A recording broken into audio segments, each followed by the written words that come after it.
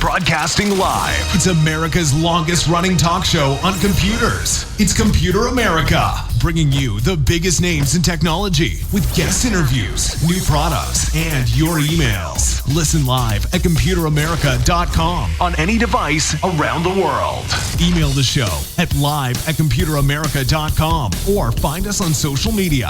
Be sure to check out our website for contests, giveaways, show notes, live video stream, podcasts, and more. You're listening to Computer America.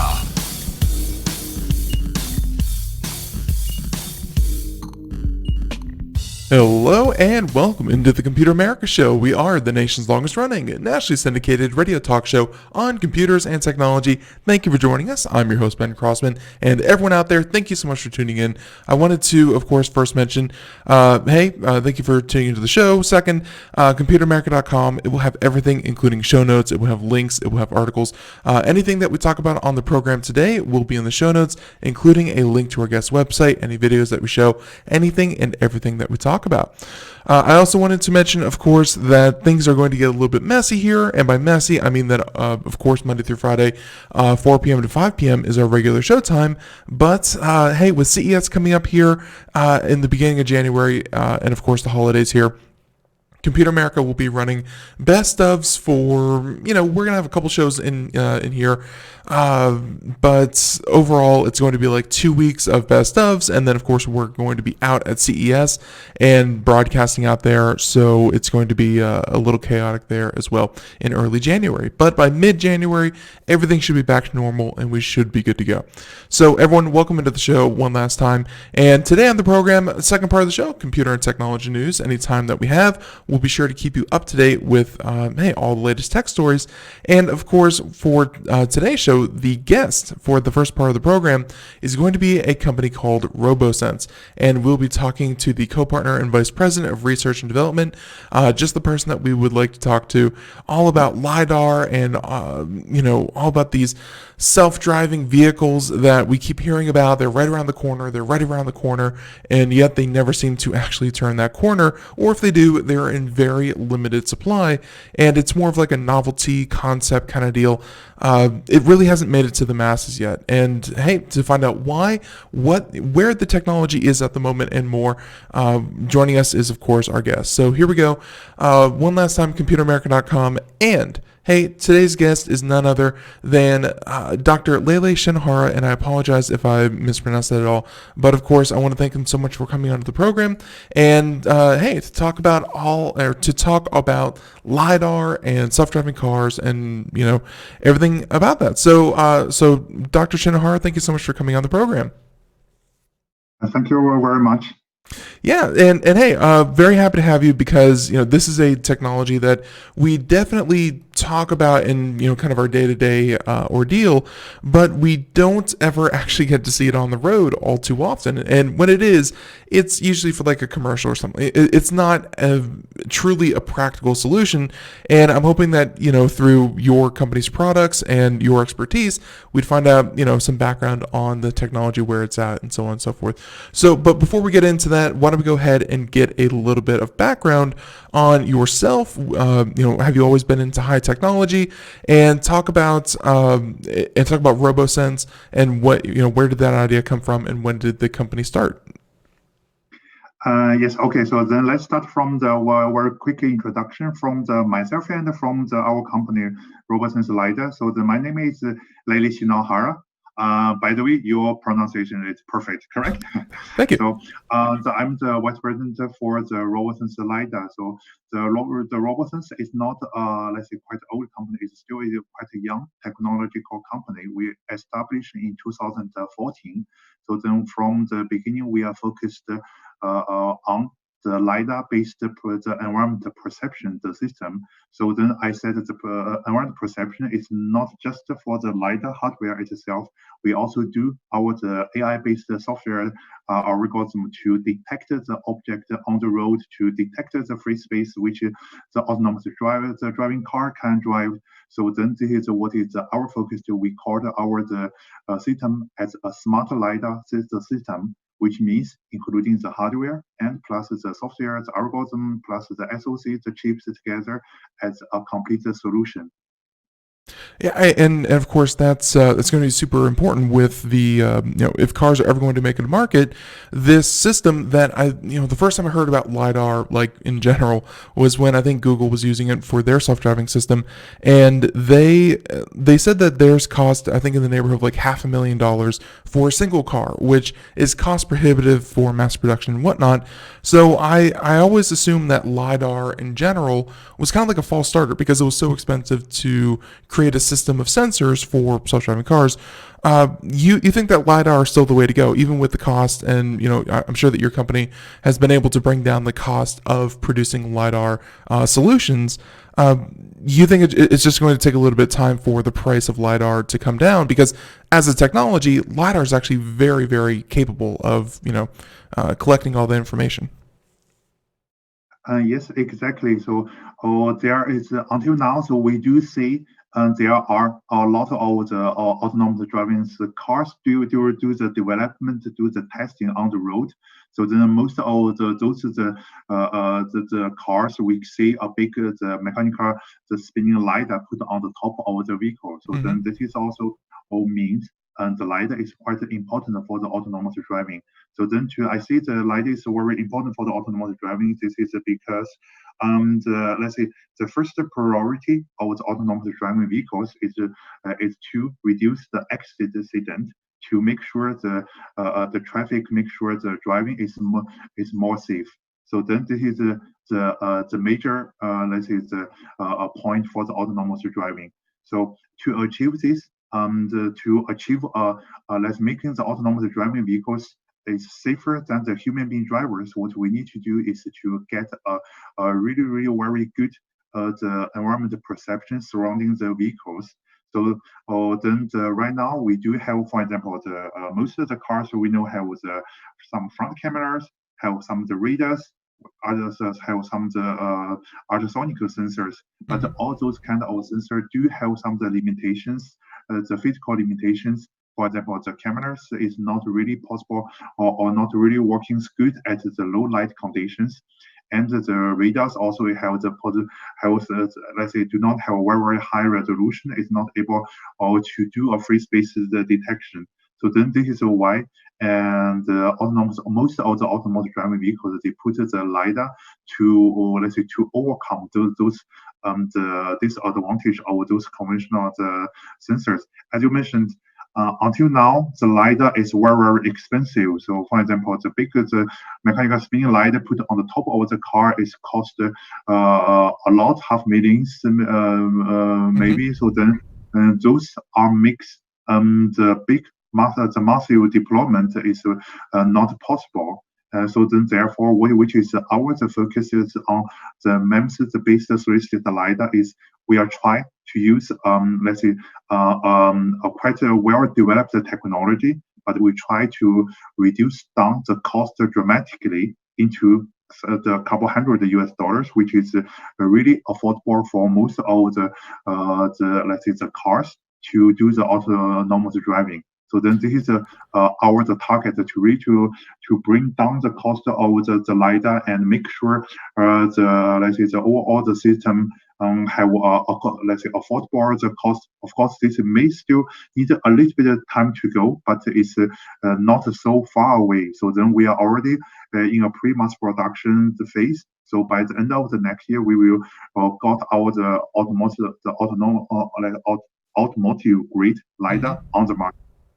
Very, very, no, and that's very interesting to hear that you're already in pre-production. And I do want to say that at that price, just a couple hundred US dollars, if you're able to hit that price point, just in your, how, just in your opinion, how do you see self-driving cars, finally making it into either people's hands or, just so people can use them?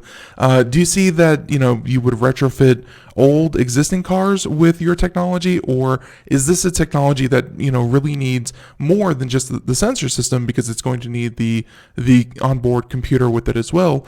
And again, just to reiterate my question, do you see this? Do you see people keeping their cars currently, or is this only for cars that will be coming out in the future are going to have the ability to self-drive?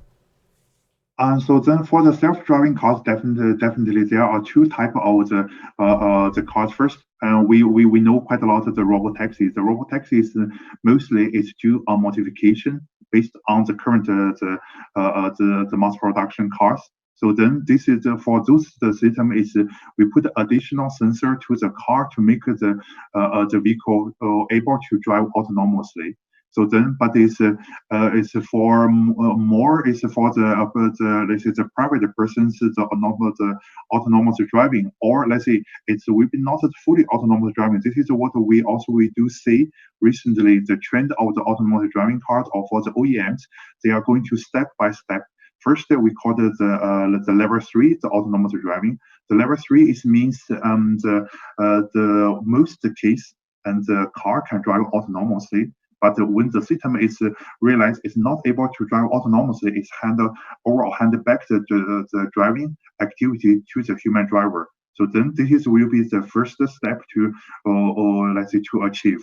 So then for those, we do see some, it's not yet the level 3, but for example, from the GMM, the Super Cruise, or from the let's say the Tesla's the autopilot, those kind of let's say the premium the ADAS the functionality is already able to do some the driving functionalities.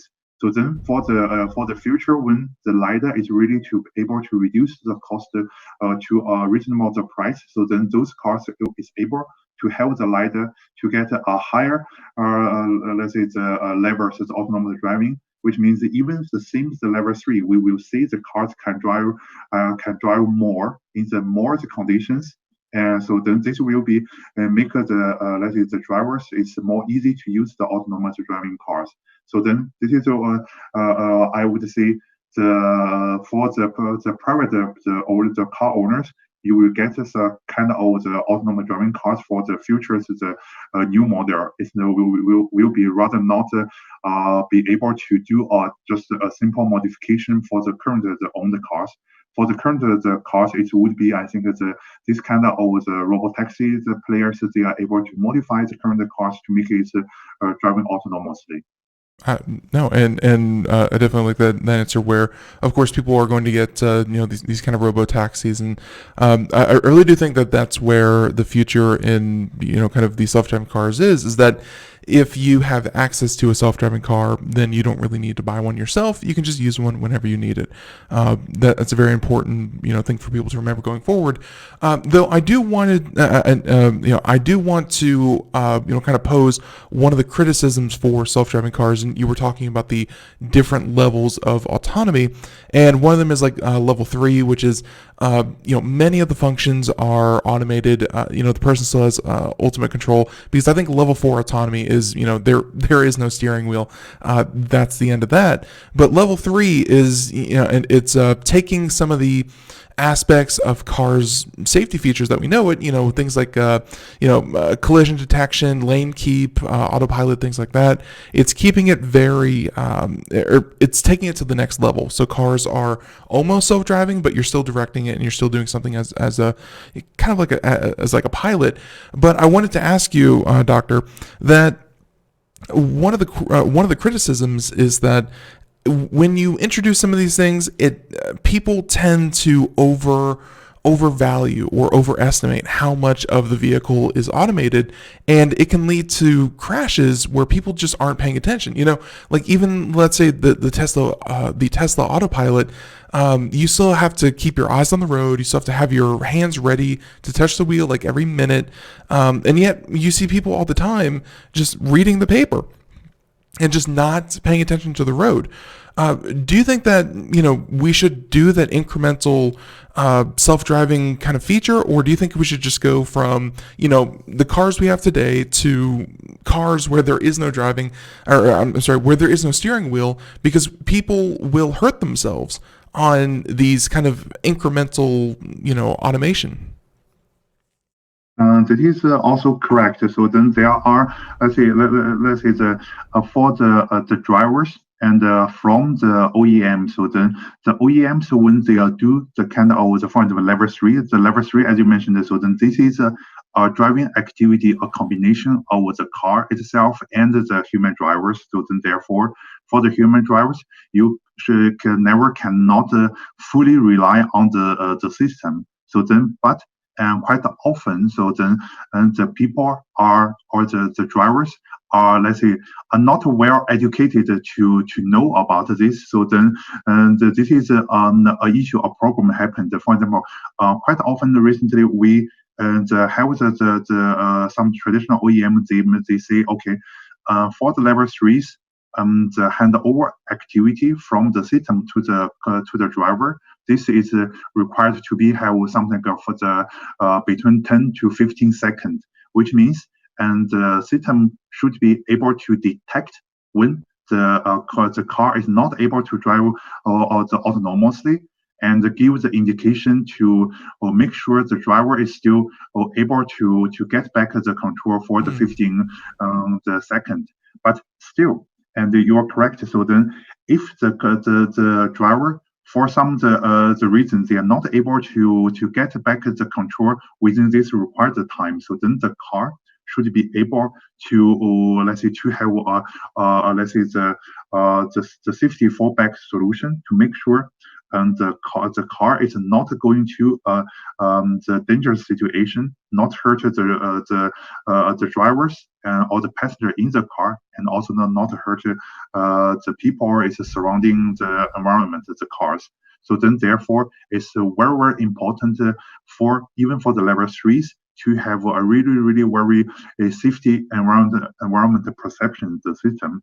Therefore, even if the car is not able to drive by itself, and also the drivers are not able to take back the control immediately, the car should have a fallback solution to make sure the car is stopped safely. For example, on the most of the right side of the lane, to stop safely, to make some indication, make sure the other car is also do not hurt on this car. This is very, very important. This is also one of the reasons recently we do see quite a lot of the traditional OEMs, they are not release the autonomous driving even the level 3 features by as they have planned before. So quite a lot of the OEM before we see they are planning to have the 2019 or 2020 to have a level 3 autonomy, but at the moment we still do not see any of those OEMs are really releases the functionality working with with this level. So then, therefore, there are still slightly something need to be improved on the safety side. Yeah, and my response to that is something that I'm sure that you working in your field get all the time, and I just want to shake my head. It's this idea that people will come up to me and they'll go, "Oh, so you like self-driving cars? Well, what happens when a self-driving car has to decide to either hit the bus full of kids, or it's going to kill the driver? What is it going to do?" And I'm like, like giving these hypotheticals, you kind of outlined it a little bit earlier, where if a driver's not able to take control of the vehicle, it will slow down, it will pull over to the side of the road, it will bring its driver to the safest stop that it possibly can, and then hopefully help will arrive, or the driver will be able to take control again. But essentially, the car itself will learn, well, hey, it won't do either. It'll hit the brakes, and within reason, it will react as best as any other human driver would. I do want to say, and my point for saying all that is that self-driving cars, even though we've had some high-profile deaths, with unfortunately self-driving cars hitting pedestrians and things like that, I do want to say that, and I'm sure that you share my feelings, self-driving cars are actually very, very safe. And I just had to look up the annual global road crash statistics by the World Health Organization, where you're looking at somewhere between somewhere in the neighborhood of 1.25 million people die in car crashes every single year, and that's somewhere over 3,000 a day, and then another 20 to 50 are either injured or disabled with cars. And here's where I want your reaction, Doctor.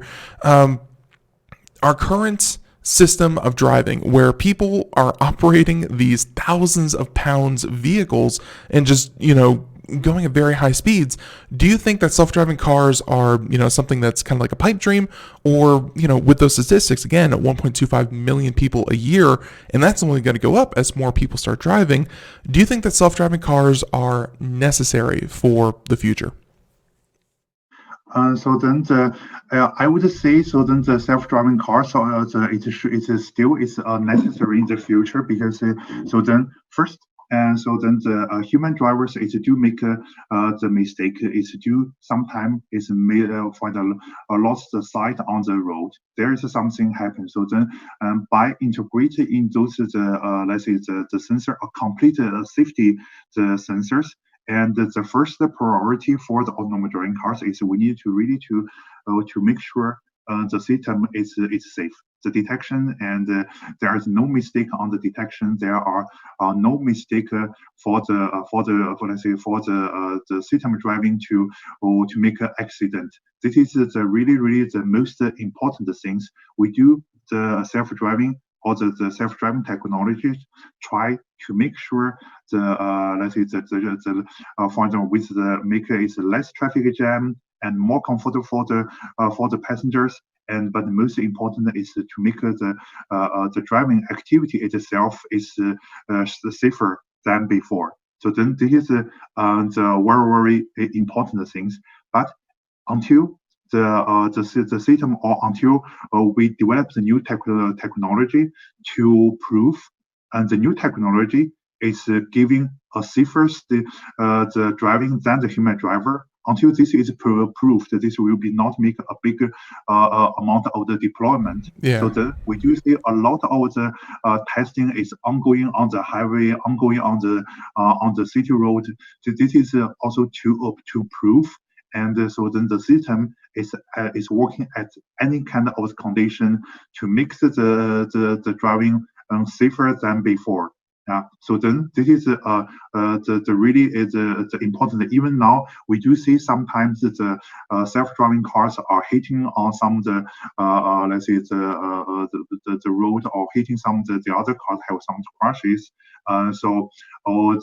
This is for them during we do those kind of testing. We needed to make sure let's say any kind of the error, any kind of mistake should be avoided for the future. Well, and to that point, another part of this whole equation, because we've been hitting on the LiDAR sensors and things like that. Another part, which I'm sure that you're involved in as well, is the idea of artificial intelligence that that computers are going to be just like all of the data that your sensors pick up. It's not really meant for someone to look at a screen and interpret. No, it's meant for computers to look at and interpret. Do you think that artificial intelligence, this is a problem that will solve itself over time if we allow artificial intelligence to kind of mature with the self-driving car?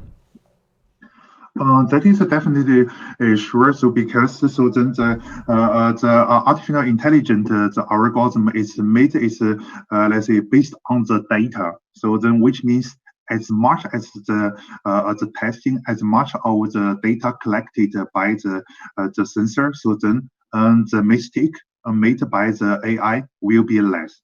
So then for example, it doesn't need to for or any kind of the thing, or we record all those kind of the data. For example, if we are driving on the same road every time, so then all the thing are the same. So then for the computer, we don't care about the let's say the cases, but there are sometimes by the everyday driving, or we always have something kind of new accident, or I mean the accident is not the accident caused by the car, but is there are something new on the road. So then the artificial intelligence will learn from those new things, from those new data to let's say to getting a better performance and get much better and better by more and more or the driving or more and more data. So then this is very important.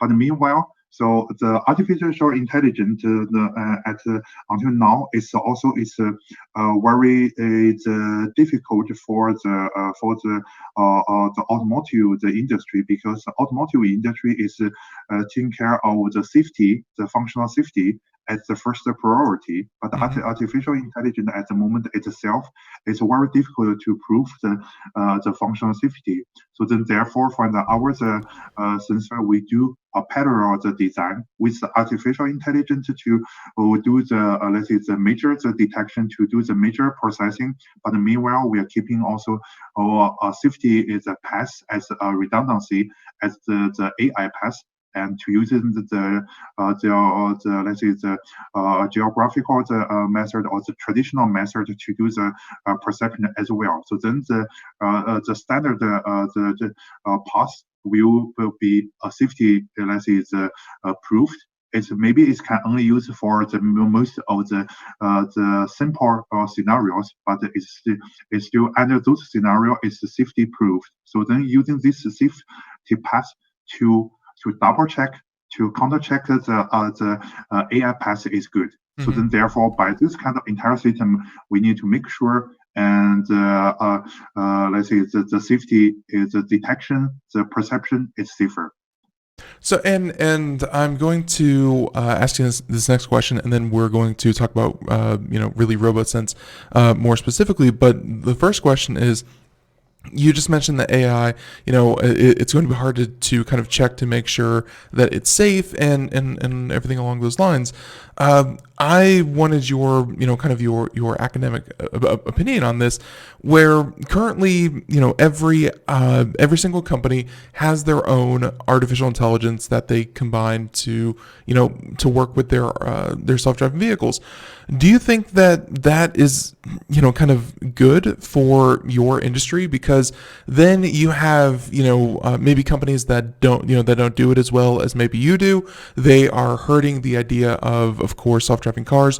And then, of course, maybe one system is good for, let's just say, extreme weather. The other one's very good for pedestrians in crowded streets. It just seems like, we have standards in everything. We have standards for vehicles and engines and cars and everything about vehicles. Do you think that we need some kind of standardization for self-driving intelligence? That is definitely it's true. So for example, recently we do have some the new standard. For example, the SOTIF standard to make sure the let's say the safety or the detection of safety of the autonomous driving the standard. So then also we do have the new the UL the 4600 the standard. Those kind of the standardization is try to make sure, let's say, and to give a guideline for the autonomous driving vehicles, how to do the testing, how to make sure the system is safe.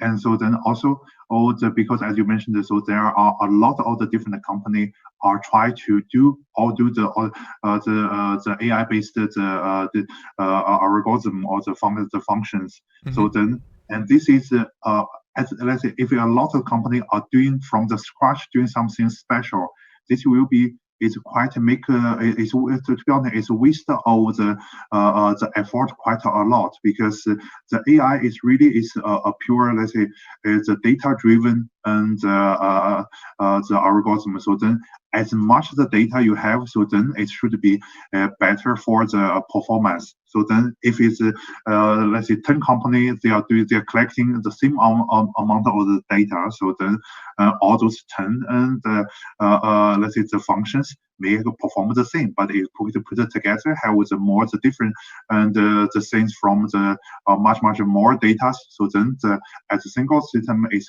getting a better performance. This is also we do see recently there are a lot of the OEM, the tier ones, the technical companies. They are combined together. They are form kind of the alliance to working together on the autonomous driving technologies. So then this is also try to save the effort to save the budget for to achieve a better the performance. That and that's going to be super important, those partnerships, and I hope that those partnerships lead to just the entire industry coming together and saying that, hey, we all benefit if we combine our data. But I wanted to again get a little bit more specific into Robosense, where the data has to come from somewhere and enter your line of products. And just looking at it, obviously you guys have been in business for a couple of years now, and you have a number of different LiDAR systems. Anyone out there who wants to go check these things out, we're going to have a link over to robosense.ai over on the website. But right now I am looking for right now I am looking at like the RS LiDAR 16, 32, Ruby, the BP, or I'm sorry, the B Pearl. Let's talk about the mechanical LiDAR systems that you are offering today. A lot of different levels. What's the difference between, let's say, the LiDAR 16 and the RSB Pearl? Are they for different applications, or are they better fidelity? Is it price points? What separates your different levels of LiDAR that you offer? Yes, for that, as you mentioned, the example as the mechanical LiDAR. So we have the different type of the LiDAR. Basically, it's focused on different use cases or different applications. And for example, the 16 beams the LiDAR. So this is quite a low cost LiDAR, which is we developed specific for the low speed scenario. For example, the robotics, or the low speed, the last mile delivery logistics, those kind of the low speed vehicles, they can use those the LiDAR sensors. So then, as another example, the Ruby, which is a new the released the LiDAR with the high resolution, with the very long detection range. This is the typically used for the robotaxi applications. For those the robotaxi applications, quite often when they are going to the highway, they need to have more than 200 meters detection range. This and also with a very high resolution on the road to be able to detect and track and classify the object. So then this is why we have the different type of the LiDAR, which is focused on different use cases. And definitely different use cases, and we're kind of checking that out here. It's very, very, very interesting to see kind of the visualized data that these things collect and how accurate it can be. Being of to see that you can detect everything from people to trees to other cars on the road, and of course, you definitely want all those things kind of there. And like you mentioned, those are the mechanical LiDAR.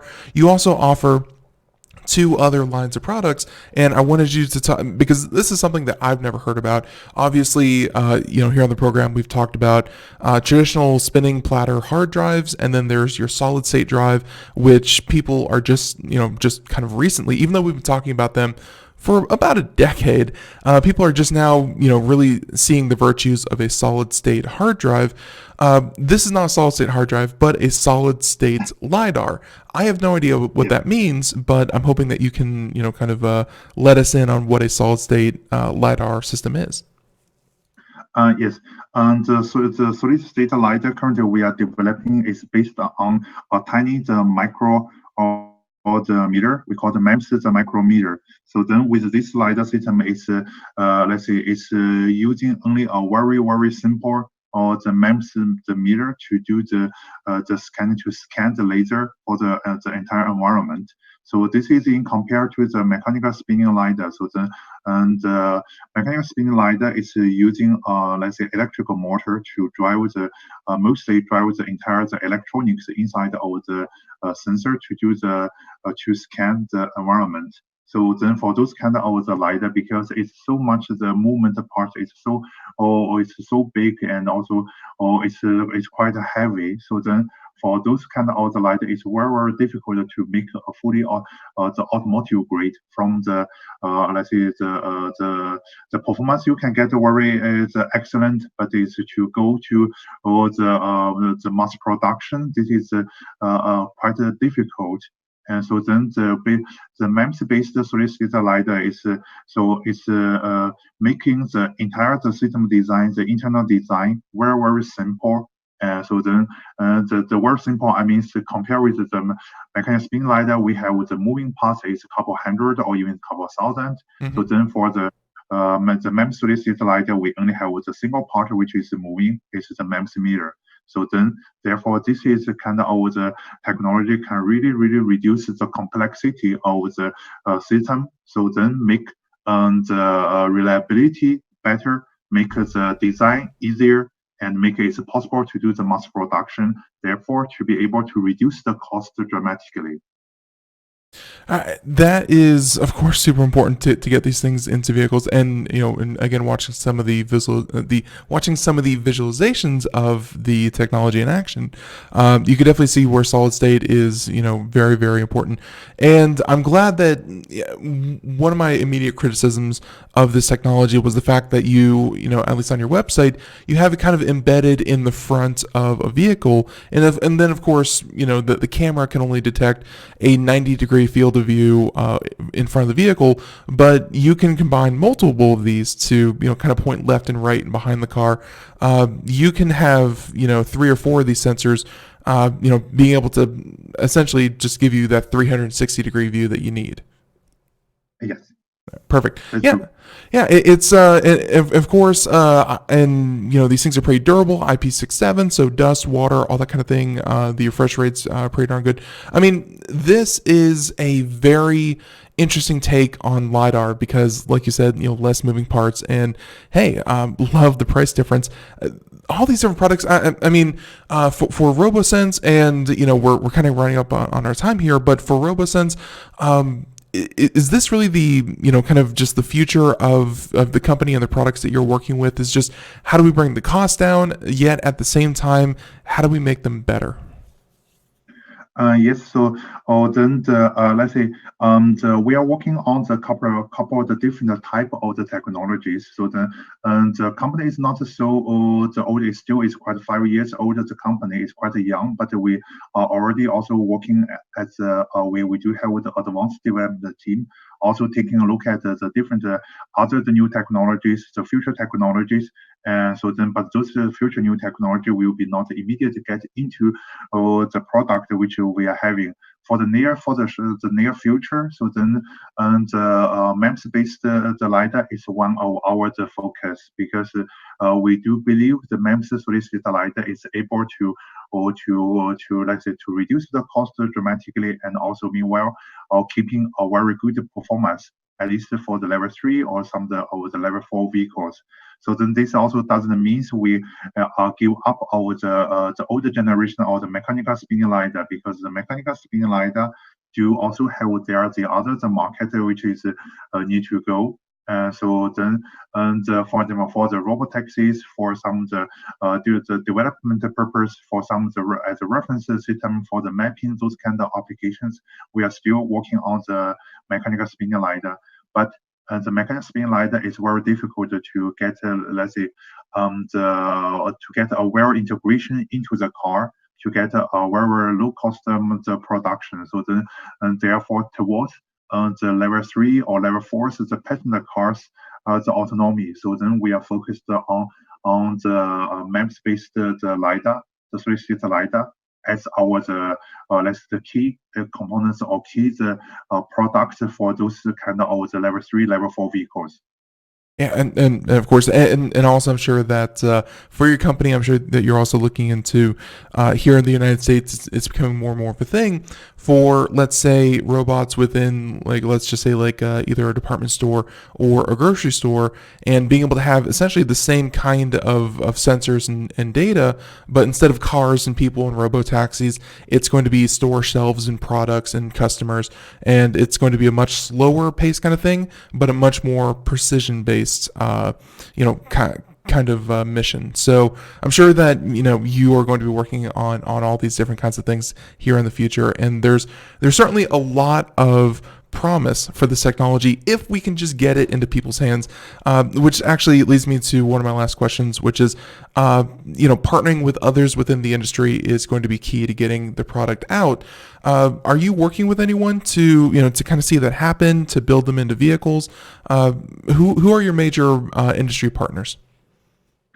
So then we do have the workings quite a lot of different the partners. Our the partners including, for example, some of the company doing with the camera, radar, or the ECUs. So then we are partner with them together to do let's say the sensor fusion. So then we are also working with some of the partners which they are doing the AI chips. So then we can deploy the AI algorithm into those the chips to make sure our sensor is in, let's say, is the smart sensor have a well integration.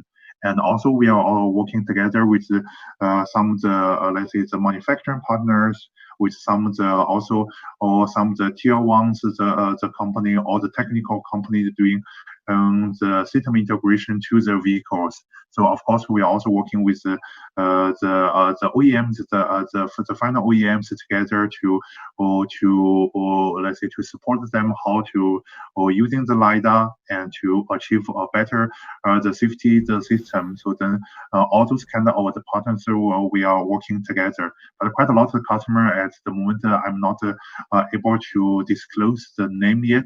Mm-hmm. But we will have the couple the name and publish on the CSCC next year.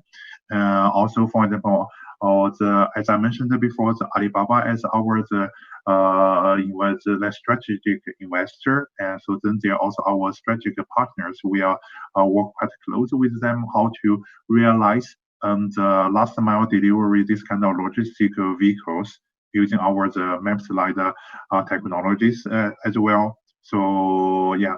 So then, because at the end, as mentioned, so then to work together with the different the partners to achieve really the final the autonomous driving to have a better system.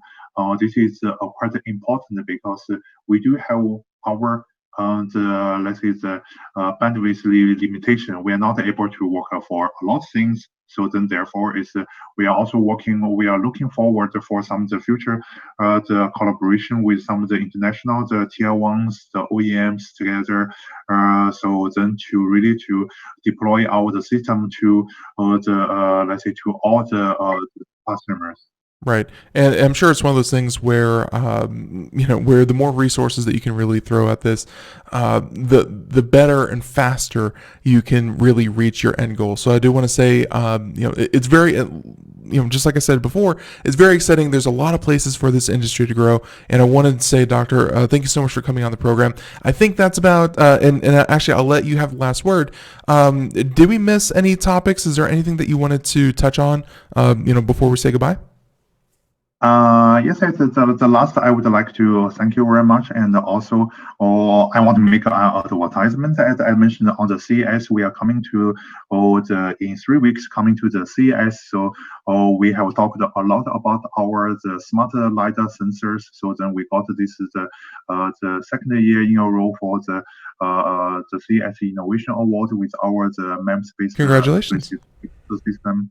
So then on this year's the CES, we are going to have the on-site the demo of our the smartest the smart sensor. So then And for any of the audience, just please come by to our the booth. So then we show you the demonstration of our the sensor demonstration of our the let's say the AI-based algorithms, the smart sensors. So you will find a lot of interesting things on our the booth. Yeah. Which, and I'm sorry if this is too early, but do you know which hall you're exhibiting in, or what your booth number is? Yes, we are in the North Hall. The booth number I needed to recapture. It's the North Hall. The 6138. 6138 Perfect. is our booth number. Yeah. Perfect. Yeah. And hey, and way at the beginning, I said that Computer America is going to be out there. So yeah, we'll definitely stop by, say hi, and and we'd love to check out your technology firsthand. So yeah, we'll definitely come by and check that out. So everyone, we've been talking to, of course, Robosense.ai. You can check out a link over at computeramerica.com. We're going to have a link to the website, and of course, we've been talking to Dr. Leilei Shinohara, and very, very thankful that he's able to join us and share his expertise. And Dr. Shinohara, once again, thank you so much, and I hope you have a great day. Thank you very much. The same to you. Have a nice day. All right, and have a good one. Bye bye. And everyone, there we go. Bye. Once again, in the show notes, we'll be sure to go ahead and do that. So with that being said, let's let's go ahead and continue on with Computer America, where we have computer and technology news, and this is where we try to keep you up to date on all the latest tech and things like that. So everyone, here we go. Computer and technology news brought to you by Computer America. I got the button right here. Relax. There we go. It's a little loud, but it should be okay. So the first story on our docket today, what are we going to talk about? How about we go ahead and discuss, China's fiber broadband internet approach nationwide. United States lags severely behind. Oh my God, who would have guessed that infrastructure investment in the United States is actually not all that good? And that's something that we have seen when it comes to broadband, when it comes to high-speed internet for a long time, and including cell data. America, usually lags behind, is somewhere in like the 7 to 12 territory. At least that's better than our education worldwide, which is somewhere in like the 30s territory. But hey, again, China's fiber broadband internet approach nationwide, it's doing pretty good. So this is coming to us from broadbandnow.com. You can check it out. We'll throw it in the show notes. And China's fiber supremacy, and there's a reason for this. I mean, China has a way of, and like I said before, there's a lot of criticism of China, but China, at least at one point, they are willing to throw behind initiatives vast amounts of money. Like we saw when solar power was all the rage, and continues to be so because it's only getting more and more efficient, which we love to see. China was one of the first governments in the world to really say, hey, we're going to, put in billions of dollars into producing, installing, and, getting our infrastructure switched over to solar power. It is not only solar power. Trust me, there is still plenty of coal being burned over in China, but hey, it's a huge investment that we did not see from other countries, either because they're incapable of doing it or there was no real drive to do it. So you can see here a very simplistic chart, I must say. There's no ups and downs, so take it with a grain of salt. But both of them, China and the United States, were looking at about a 17%, kind of proliferation of fiber connections among their population and among their businesses. And now you can look at it, 86.3% of China's population has access to fiber internet, whereas the United States, you're looking at 25%, and that 25%, you're looking at major cities, metropolitan areas, and otherwise, fiber is just really not that, just not really that available. And of course, I'm sure it's about the same in China. Obviously, they're not going to be running fiber lines into the middle of, undeveloped regions, but their large cities are going to have access to that. So they said, as illustrated above, in 2013, both the U.S. and China had fiber penetration rates hovering around 17%. There has been significant talk about fiber expansion in the States, but the reality is that over several years, the number has only climbed to around 25% of the population. In China, by contrast, it seems that much more significant progress has been made, saying that a recent CAICT study shows that the fiber deployment have steadily accelerated since 2013, with a staggering 86% of the population now served by the next generation connection type. The report goes on to state that this number accounts for 96% of villages in the country, showcasing just how far-reaching China's aggressive rollout has really been. I will say, though, inaccurate broadband mapping probably has a lot to do with this. I will say first and foremost that the FCC, they are very lax when it comes to checking the rates at which people actually get their internet. If one house is served within a reporting block, that internet company can claim that entire block is serviced by fiber. And it's just not the case. We did this study about a week ago, and this had to do more with cell coverage, and it was just abysmal. And you can almost guarantee that broadband internet in general is probably about the same. It's just abysmal. But it's, at least here in the United States, we know that it's really bad. I will say that in China, I'm sure that a lot of this reporting and a lot of this self-reporting is most likely a lot of fluff as well. I think that they have the ability to roll out this technology and do it very efficiently and very fast. Overall, I don't think that China's that far ahead. I don't think that they have 86.3% of their population serviced with fiber internet, but it's undoubtedly better than the United States, because even the United States isn't at 25%, and I would darn sure estimate that China is not at 86%. But they are making it a priority. That's the point. Our governments, our current regulatory bodies do not see fiber. They just don't see fiber internet as essential as, let's say, 5G. And 5G is only being pushed as, kind of like a marketing thing by carriers, although the government seems to at least be behind that one. It's not going to roll out as well as they think it will. I wouldn't hold your breath for 5G. Fiber would take just as long to roll out as 5G would, but it's at least a hardwired connection and something that we should definitely be working towards. So with that being said, and I don't want to dig too much further in, because there is a digital divide in rural America. There's this, there's that, and the other, and China does seem to have an infrastructure state level planning that they do. But overall, I also think that these numbers are wildly inaccurate now that I'm, kind of digging into them. So there you go. Once again, I don't think that the numbers are that are that separated, but there's definitely a focus that we just don't have here in America.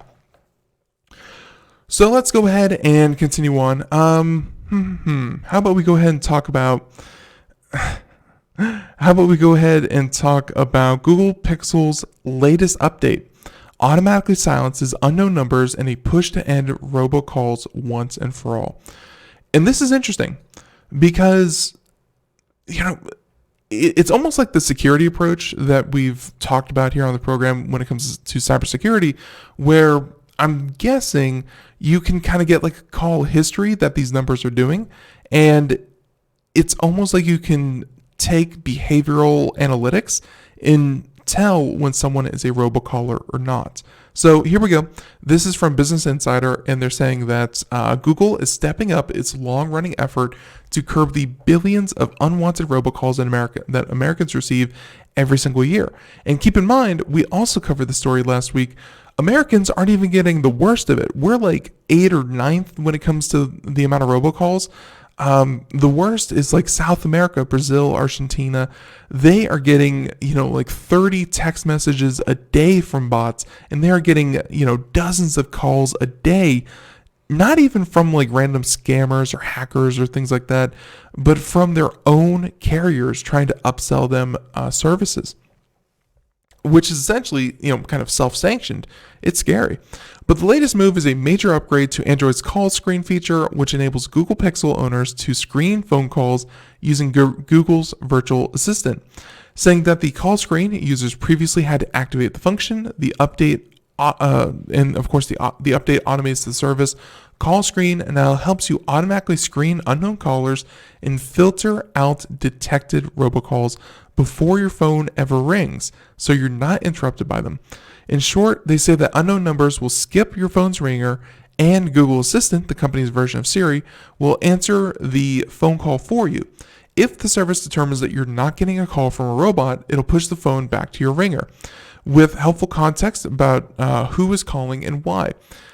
Congratulations, everyone. We have upgraded our technology to the point of calling collect back in the 90s. I'm sure that you remember calling collect, where you say, please state who's calling, and then people could, of course, choose to receive the call or not. So, and also, if you're watching the video portion, you can see how the whole automation, kind of works. They said that the call screen upgrade is coming to the Pixel 4 owners first at some point this month, but a Google rep said that, of course, every single Pixel device with Android 10 or over in the coming weeks will get it. So Pixel, the first Pixel, Pixel 2, Pixel 3, and the Pixel 3a should all be getting it. So obviously it will be a while before all robocalls go away, and that's because the way some telemarketing services catalog their phone numbers in databases. These services can track whether numbers they call attempt to answer attempted outreach. Numbers that receive a pickup are subsequently marked as answered phone numbers, and those numbers are targeted again. That's why you never want to pick up and hang up on these automated robocalls, is because you're just asking for more trouble. It's best to just send them straight to voicemail.